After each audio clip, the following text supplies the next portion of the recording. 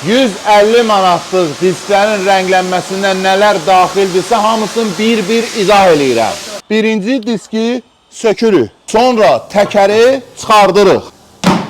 Sonra diskləri qumlayırıq. Bax belə. Qumlamadan sonra diski qoyuruq təndirə. Tozla boya eləyirik. Toz boya.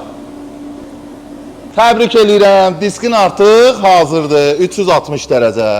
Sonra balans olunur. DH zəmanət kağızıdır sizə, sənəddir, sübutdur, verilir ki, disklərinizi burada təmir eləmişsiniz və hər hansı bir şey olsa, bəli, istifadə eləyə bilərsiniz, zəmanət verilir. Burada da gələndən sonra istədiyiniz rəngi rahat şəkildə seçə bilərsiniz. Bax, məsəl üçün burada metalik rəng var, qaranın 7-ci qatı var, hələ heç kimdə yoxdur. Sonra digər rənglərimiz var ki, hamısını seçə bilərsiniz. Amma çox üzr istəyirəm, bir dənə burada bu xaric, bu 150 manata daxil deyil.